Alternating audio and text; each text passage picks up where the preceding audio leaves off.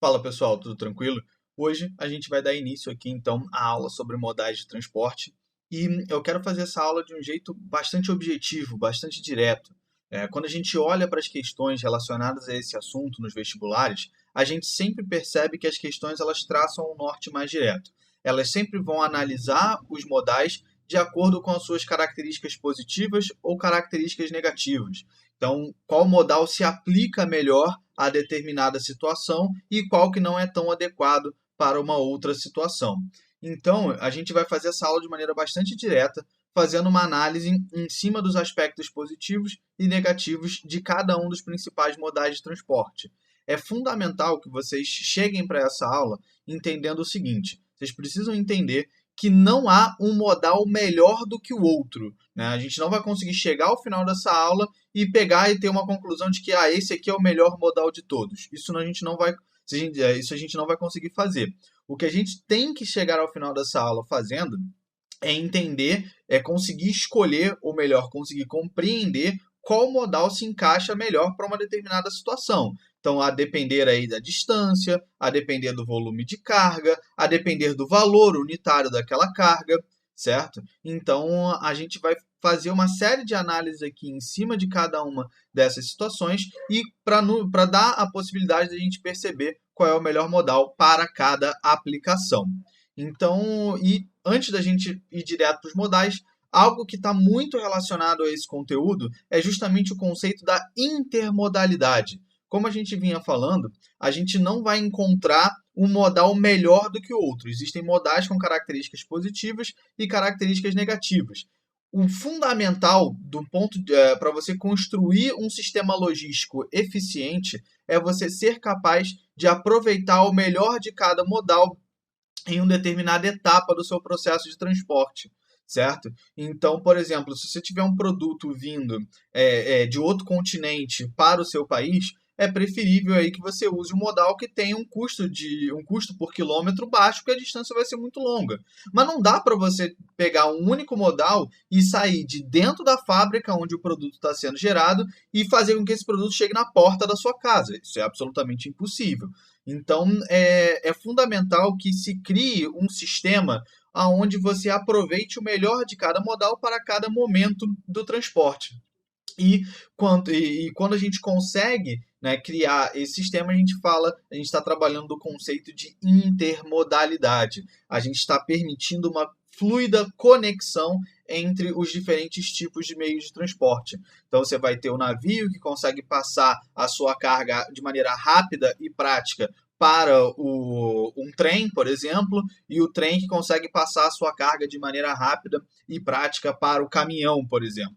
Então, um elemento que é absolutamente fundamental nesse processo é justamente a criação do container. A gente vai ver vários exemplos aqui ao longo da aula do uso desses containers, e o container ele é um elemento absolutamente fundamental nesse estabelecimento da intermodalidade, porque você coloca os produtos dentro do container e ele fica e se torna aquele elemento se torna uma unidade padrão que vai se encaixar tanto nos navios, quanto nos trens, quanto nos caminhões, certo? Então isso é muito importante para a nossa análise. Então, guardem essa informação. A intermodalidade é essa capacidade de você aproveitar os aspectos positivos de cada modal para tornar a sua logística mais eficiente. E aí, pessoal, partindo daqui, a gente avança então para a discussão mais direta sobre os meios de transporte. A gente começa com aquele mais comum, que está mais próximo da nossa realidade, que é justamente aí o modal rodoviário. O modal rodoviário ele vai apresentar algumas vantagens, certo? Vantagens que a gente pode considerar como vantagens limitadas, digamos assim, e uma série de desvantagens, né? Então, a primeira que a gente vai analisar aqui é o baixo custo de implantação. E eu queria aproveitar para vocês estão vendo aqui embaixo, né, uma tabelinha que a gente vai usar para preencher com essas informações, para no final dessa aula a gente ter uma espécie de resumo, né, sobre as características de cada um dos modais. A gente vai preencher ela de maneira super simples, só com baixo e alto para cada uma das características que são apresentados em cada um desses modais, essas 6 variáveis, digamos assim, que a gente está analisando em cada modal, e aí a gente vai preencher só com alto e baixo para criar aí um resumo de fácil acesso para vocês depois, certo? Então, a gente está olhando aqui, uma das principais vantagens do modal rodoviário é justamente aí o baixo custo de implantação. Então, para você pegar algo que é tudo mato e permitir que circule pessoas e mercadorias por aquele território, o modal rodoviário ele se apresenta com uma vantagem. Então, a gente já pode vir aqui na nossa tabelinha e preencher aqui com baixo,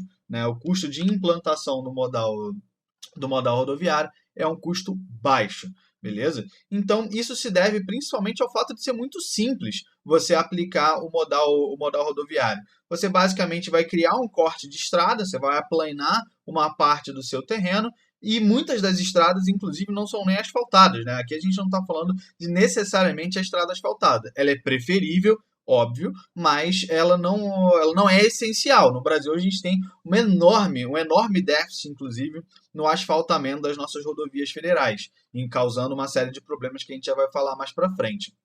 Certo?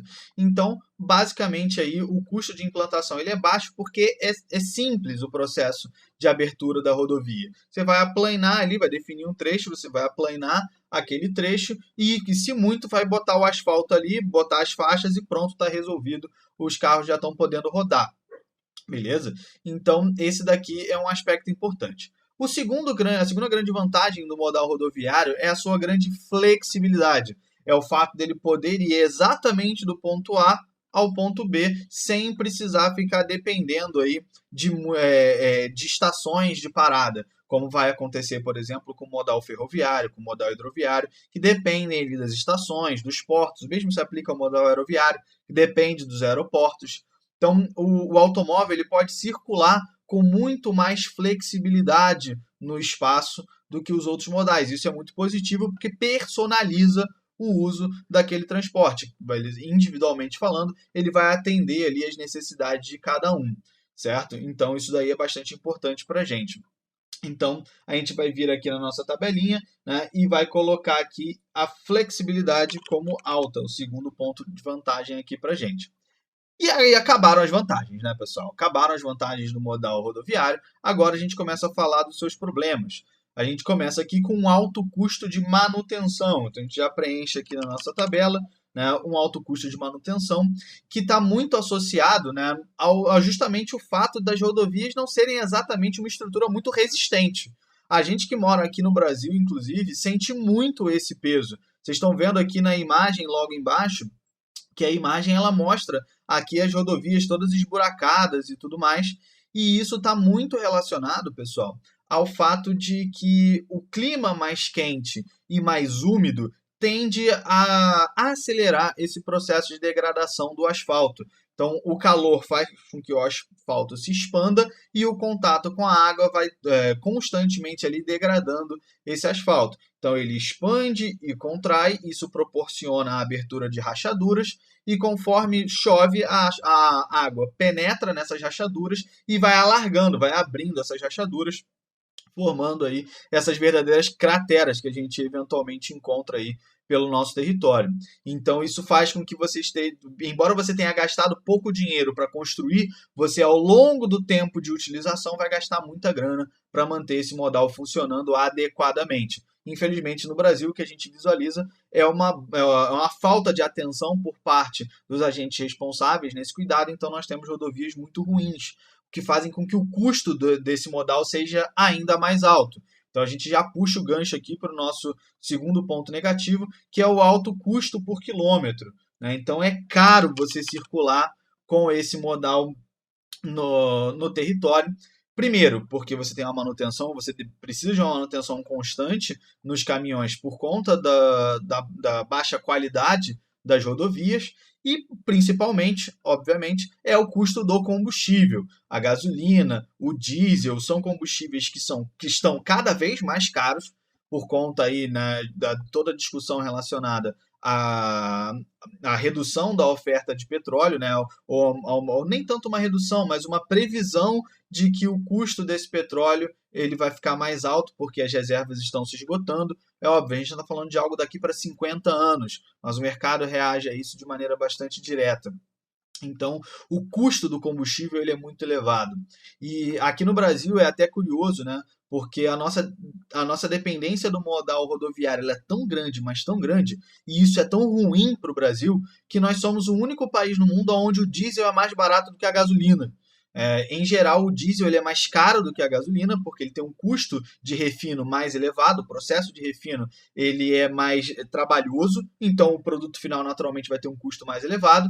Mas como aqui no Brasil a gente depende tanto desse combustível para deslocar as nossas mercadorias pelo território, o governo ele bota um imposto na gasolina, então a nossa gasolina é mais cara do que ela deveria ser para custear uma parte do preço do diesel. Então o nosso diesel é artificialmente mais barato do que a gasolina, numa tentativa aí de reduzir os custos do frete no nosso território. Isso vai impactar diretamente no que a gente chama de custo Brasil, pessoal, que é basicamente aí o custo para se operar dentro do território brasileiro. Quanto você gasta para desenvolver uma determinada atividade dentro do território brasileiro em comparação com outros países no mundo. A gente já vai falar de mais problemas relacionados a isso quanto ao território brasileiro. E avançando aqui, nós temos uma baixa capacidade de carga, isso é bastante óbvio, né? Os caminhões, por maiores que eles sejam, eles nunca vão conseguir transportar a mesma quantidade de carga do que outros modais, principalmente aí o ferroviário e o hidroviário, majoritariamente. Então a gente tem aqui, preenchendo a nossa tabelinha, uma baixa capacidade de carga, o que obviamente vai encarecer o frete por uma questão de economia de escala, né, pessoal? E por último aqui, a baixa velocidade. Ah, Alessandro, mas pô, você pega ali os automóveis podem chegar até 100 km por hora, o limite das rodovias federais no Brasil, a maioria delas é entre 100 e 120, a depender da região. Mas, galera, primeiro ponto, né, os caminhões não podem circular a essa velocidade, já começa por aí. A velocidade de tráfego de veículos de carga ela é sempre inferior. Então, se uma rodovia ali ela tem velocidade média de 100 km por hora, o caminhão ele vai ter que circular ali a 70, 80, porque ele vai ter uma limitação, porque ele é muito mais pesado, então ele demora muito mais para frear. Então, ele precisa ter esse cuidado aí para evitar acidentes. E então isso já impacta aí, então a velocidade já não é tão alta assim. E quando você bota nessa conta aí os congestionamentos, aí mesmo é que a situação vai para o espaço. A velocidade média ela é muito, muito baixa. Eu lembro até que pessoalmente fazia essa checagem no carro, botava lá para sempre que abastecia, né, o combustível, zerava ali as medições no computador de bordo e ele dava lá a velocidade média. E raríssimas eram as vezes em que num tanque de combustível fazia uma velocidade média acima de 40 km por hora, mas muito raro fazer. Era normalmente sempre 20 e pouco, 30 km por hora a média de utilização do carro, justamente por conta aí dos congestionamentos, certo? Então os congestionamentos eles vão reduzir bastante e assim a gente fecha aqui a nossa primeira linha da tabela, falando aí sobre o modal rodoviário.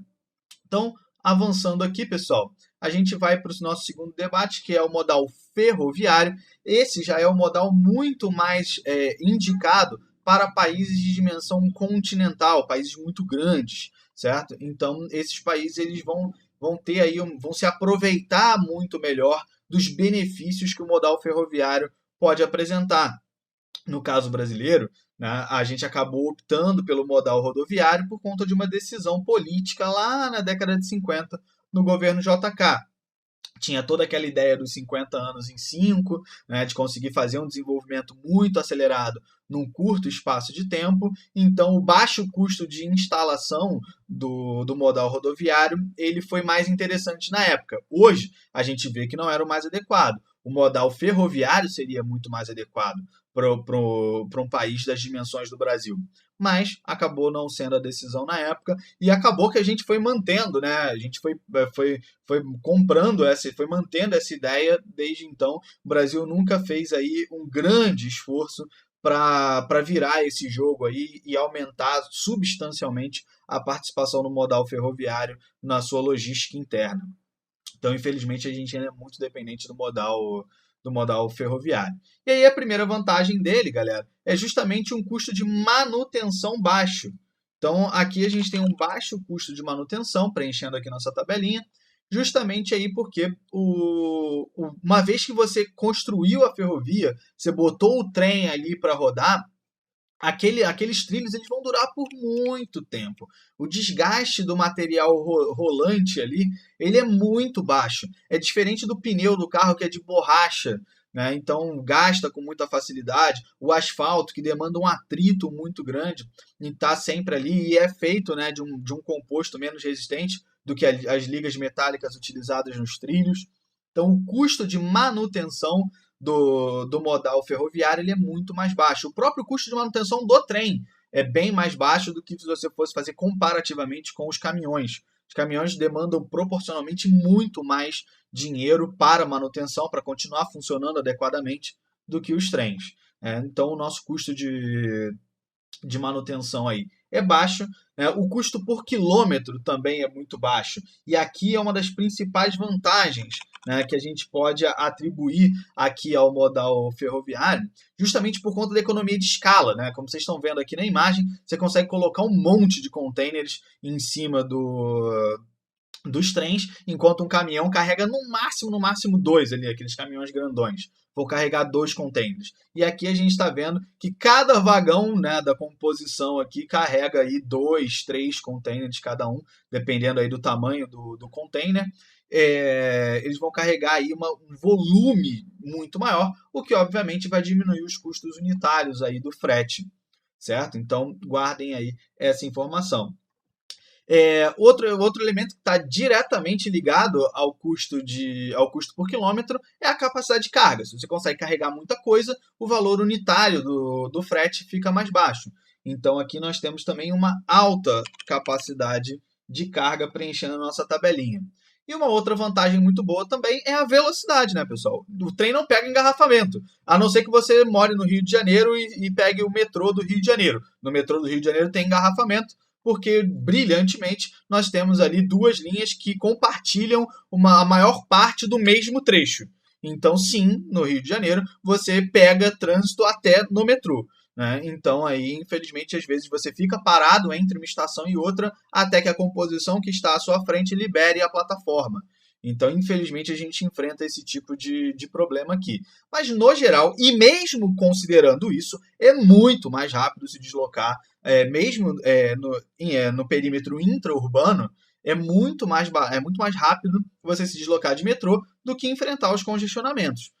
Então, em geral, as grandes cidades do mundo, mais uma vez o Rio de Janeiro fica a exceção aí dessa regra, vão ter sistemas de metrô muito bem desenvolvidos. Né? O metrô do Rio de Janeiro é uma piada, mas o metrô aí de grandes cidades, se você for a São Paulo, por exemplo, já é uma realidade completamente diferente, né? Com um sistema de metrô muito bem desenvolvido, muito amplo, que atende uma parte muito expressiva, tanto do território quanto da população.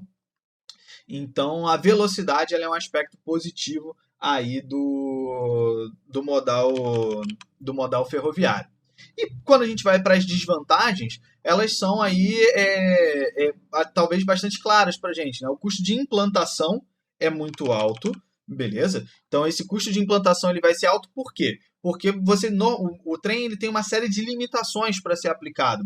Ele não pode subir e descer relevo, ele não pode fazer curvas muito fechadas, então, que aumenta muito o risco de acidente e diminui a velocidade média. Então, você precisa ter uma interferência no terreno muito maior para construir uma ferrovia do que você teria para construir uma rodovia, por exemplo. Então, o custo de implantação ele é bastante elevado. Você vai gastar muita grana para botar esse modal para funcionar, mas uma vez que ele funciona, o custo aí de manutenção é muito baixo. Então, ele se compensa no longo prazo, certo? E a flexibilidade, evidentemente, ela é baixa, né? Você não pode saltar do trem a hora que você quiser, você fica dependente ali das paradas nas estações, então ele não vai ser tão personalizável assim. Então você não vai conseguir ali usar ele exatamente para parar onde você quer, como você faz normalmente aí com um carro, por exemplo. Ele sai da porta da sua casa e te deixa na porta do seu trabalho, por exemplo. O caminhão ele sai da porta da transportadora e deixa a mercadoria na porta da sua casa. Então a flexibilidade do modal rodoviário é interessante, mas não se aplica no caso do modal ferroviário, que é dependente das estações. Então, a gente vai completar aqui a nossa tabelinha, a flexibilidade ela é baixa.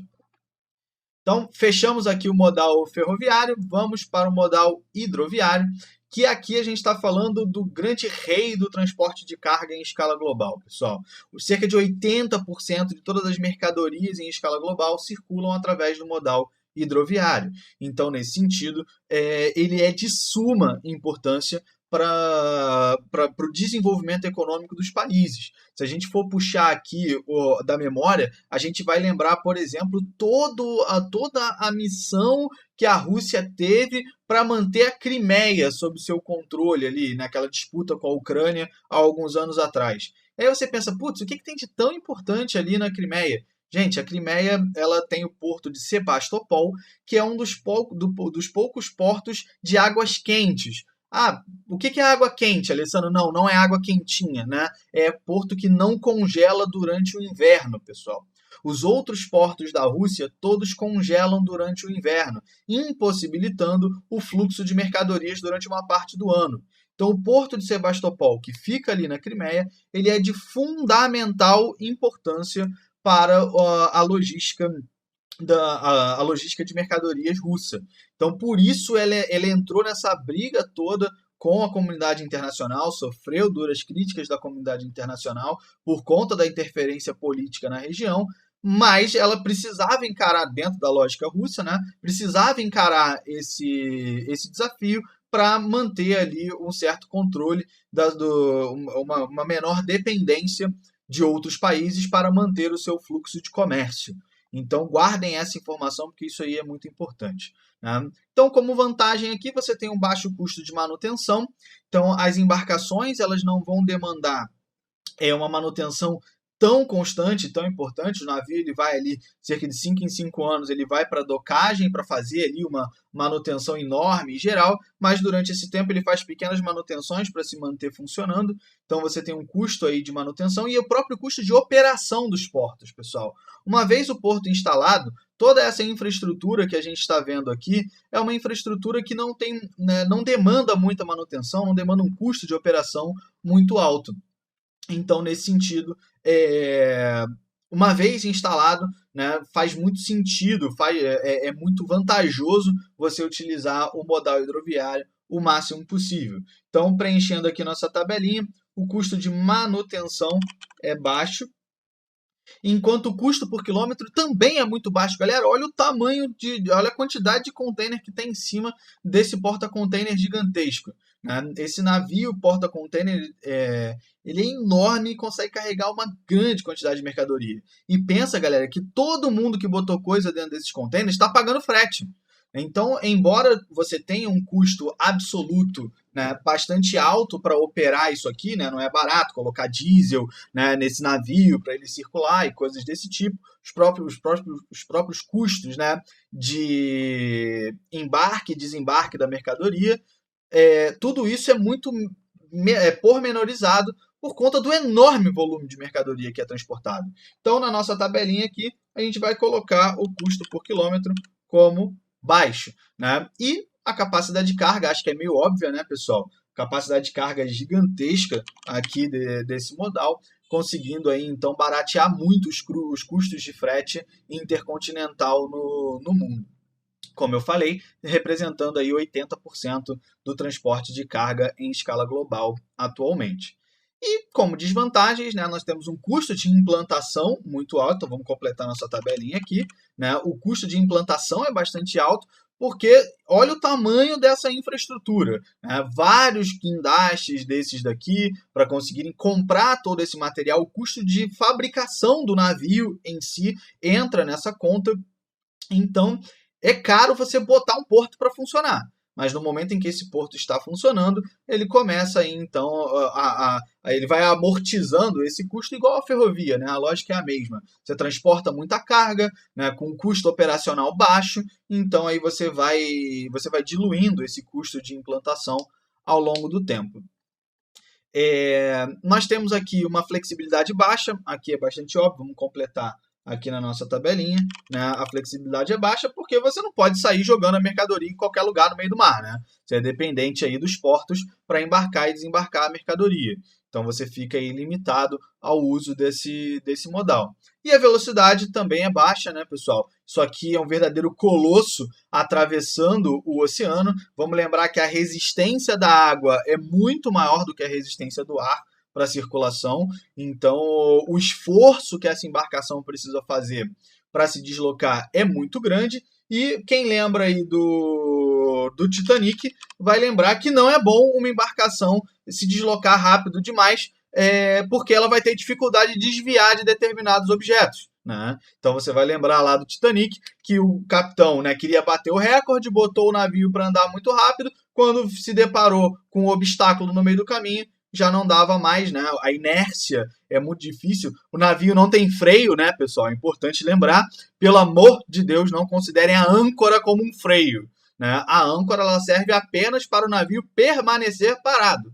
Uma vez parado, ele solta a âncora e continua parado, né? Se o navio estiver em movimento e a tripulação soltar a âncora, vai fazer um buraco no casco do navio, né? Porque o navio vai continuar em movimento com uma massa muito grande e a inércia vai fazer com que o suporte da âncora seja arrancado de dentro do navio. Então, pelo amor de Deus, não considerem a âncora como um freio para o navio. O freio do navio é o reverso, é a marcha ré, digamos assim, né? Então, quando o navio quer parar, ele precisa mudar o sentido dos motores para ir desacelerando e finalmente parar. Isso é um processo muito demorado, é um processo lento.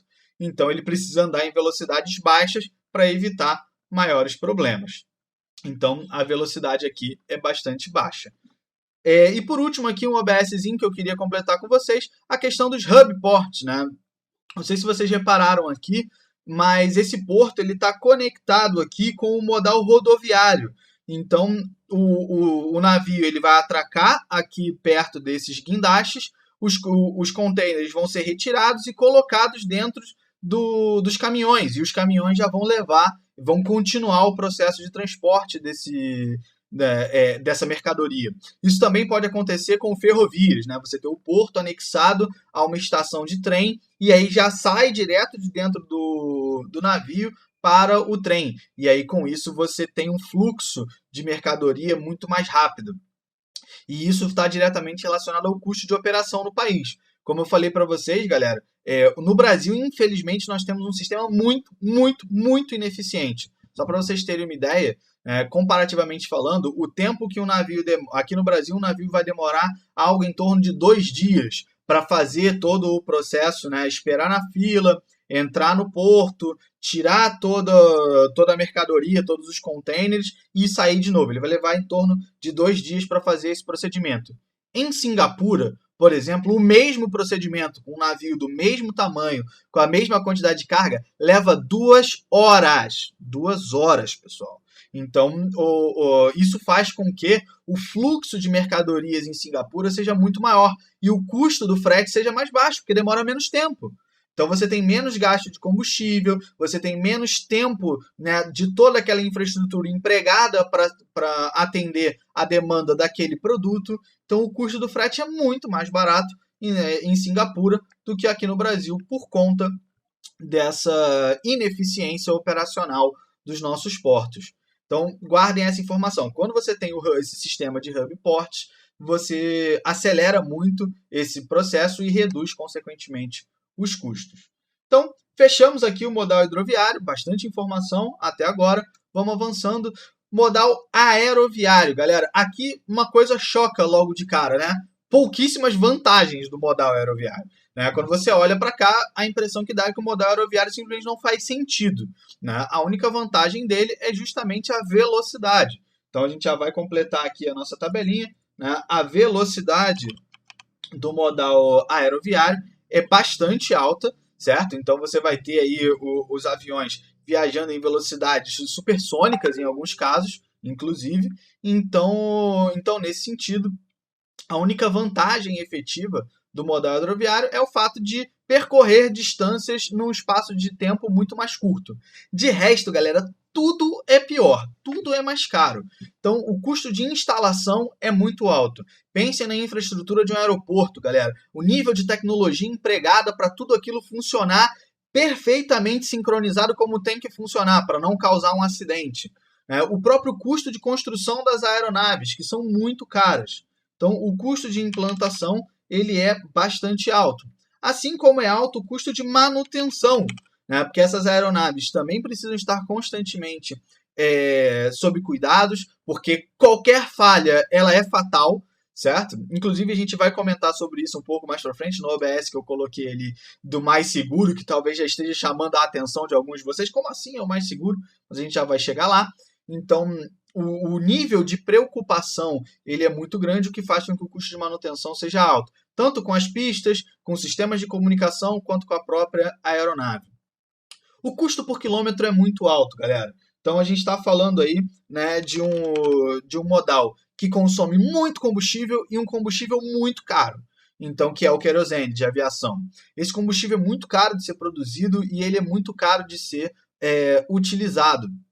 Então, e ele consome muito rápido, perdão, as aeronaves consomem grandes quantidades de combustível. Inclusive, nós tivemos aí, né, o acidente na época lá com o avião da Chapecoense, porque o piloto era também o dono da companhia e sim, a aeronave caiu porque ele tentou economizar combustível. Né? Ele botou menos combustível ele botou o combustível no limite ali para a viagem e aí ele teve um imprevisto, não pôde pousar no momento em que ele planejou, e aí acabou o combustível da aeronave e ela caiu. Né? Não é igual um barco, que acabou o combustível, o motor para e ele vai ficar boiando à deriva. Não é igual um carro, que o combustível para, você vai encostar.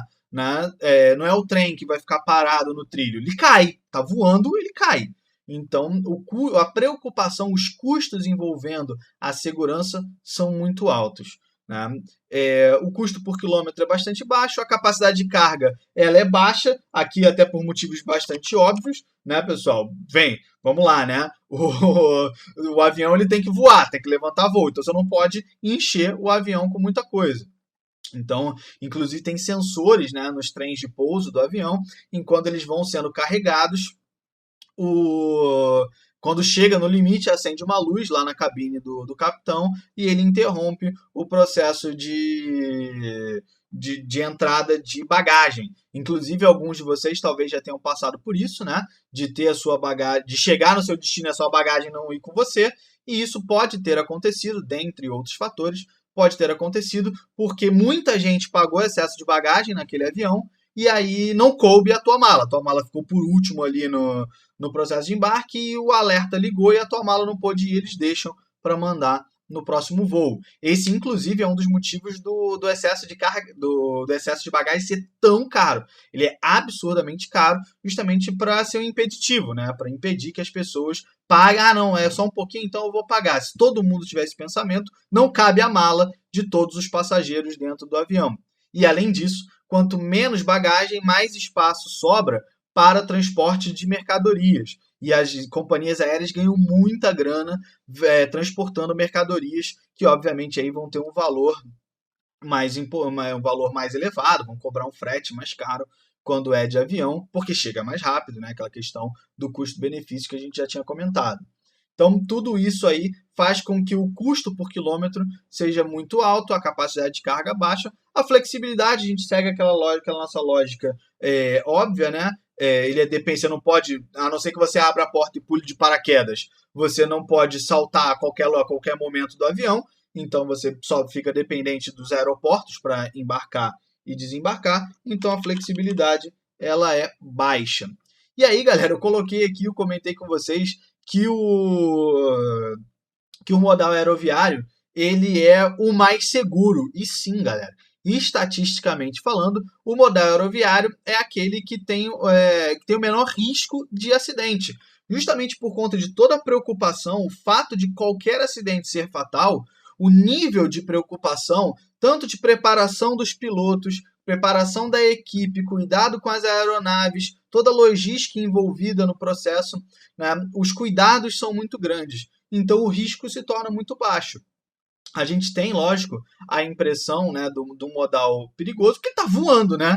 Então, assim, como eu tinha falado, qualquer problema ele pode ser fatal. A grande questão é que ocorrem muito poucos problemas, certo? Então, isso que a gente tem que ficar atento. Tanto que, normalmente, produtos, bens de muito valor, de valor inestimável, como obras de arte, joias, só são transportados pelo modal aeroviário, né? Porque é o modal mais seguro. Se aquilo tem um valor inestimável, tem um valor muito alto, você vai transportar pelo modal que representa o menor risco. Inclusive, muitas seguradoras só fazem seguro de determinados bens caso eles sejam transportados pelo modal aeroviário. Então, isso é mais uma prova dessa segurança que representa o modal aeroviário. Então, se você tem medo de avião, já pode começar a trabalhar na sua cabeça aí que não é bem assim, esse medo ele é meio irracional. E para fechar a nossa aula, galera, o último modal de transporte, o modal dutoviário, que é o transporte através de tubulação, é mais curioso, é o menos comentado de todos eles. Ele vai ter como vantagem aí o baixo custo de manutenção. Ele é muito parecido, galera, com o modal ferroviário. A lógica por trás é toda muito parecida com a do modal ferroviário. Tanto que vocês vão ver, a gente vai preencher a tabelinha aqui igualzinha à do modal ferroviário. Então, o custo de manutenção é baixo, porque uma vez construído, a manutenção ela é mínima nesses dutos, né? Então, o material aplicado é muito resistente. Alguns deles, inclusive, não ficam nem expostos ao tempo, como a gente pode ver nessa segunda imagem aqui, né? Abre-se um buraco e eles depois são soterrados, então eles não ficam nem expostos ao meio.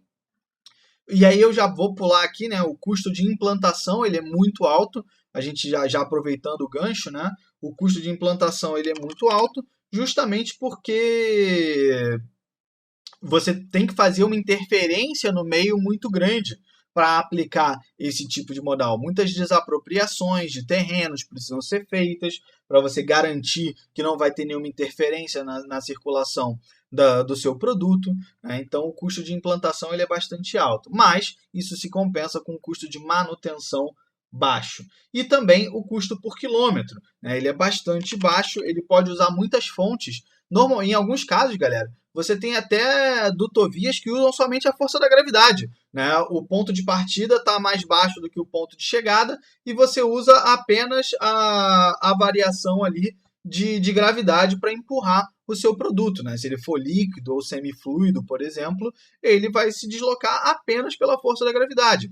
Então, isso diminui muito o custo de operacionalização ali, o custo de operação, né? Então, esse custo é muito barato. E quando muito você vai fazer por diferença de pressão, vai botar uma bomba com pressão positiva no local de origem, uma bomba com pressão negativa no local de destino, e aí por diferença de pressão o seu produto vai se deslocar. Então o custo por quilômetro ele é bem baixo. A capacidade de carga é bastante alta, né? Principalmente porque esse modal ele é quase que totalmente independente do ser humano. Então ele pode trabalhar 24/7, 24 horas por dia, 7 dias por semana, né? Então aí 12 meses ao ano. Então não tem por que esse modal parar de funcionar. Então isso faz com que o volume de carga seja muito grande transportado. E óbvio, né, você tem alguns dutos que são enormes. Esse aqui da imagem de baixo, ele já é de uma proporção um pouco menor, quando a gente olha aqui comparativamente com o ser humano aqui, mas esses aqui, por exemplo, se a gente comparar com as árvores aqui no fundo, eles são enormes, né, pessoal? Então, isso aumenta muito aí a capacidade de carga. E a velocidade, ela é também bastante alta, seguindo aquela mesma lógica. Não pega engarrafamento, funciona 24/7, né? Então você tem aí um fluxo constante, ininterrupto, então isso vai facilitar muito. Mas o grande problema aqui é justamente a flexibilidade, que vai ser muito baixa, porque uma vez instalado você não muda de direção, né? Então aquela dutovia ela vai seguir apenas um único sentido, então você não vai ter aí variação em cima desse processo. Beleza, pessoal? Então, com isso a gente fecha essa nossa aula. Já ficou bastante longa, mas tem bastante informação aí para vocês. Por último aqui, eu deixo para vocês aqui... Opa, saiu aqui da posição a tabela. né? Eu deixo aqui para vocês, por último, a tabelinha em branco, para vocês quiserem bater um print aí e preencher para vocês essa informação. Vou fechar o vídeo aqui com ela. Galera, espero que tenha ajudado, né? E a gente se vê numa próxima. Valeu, galera. Um abraço.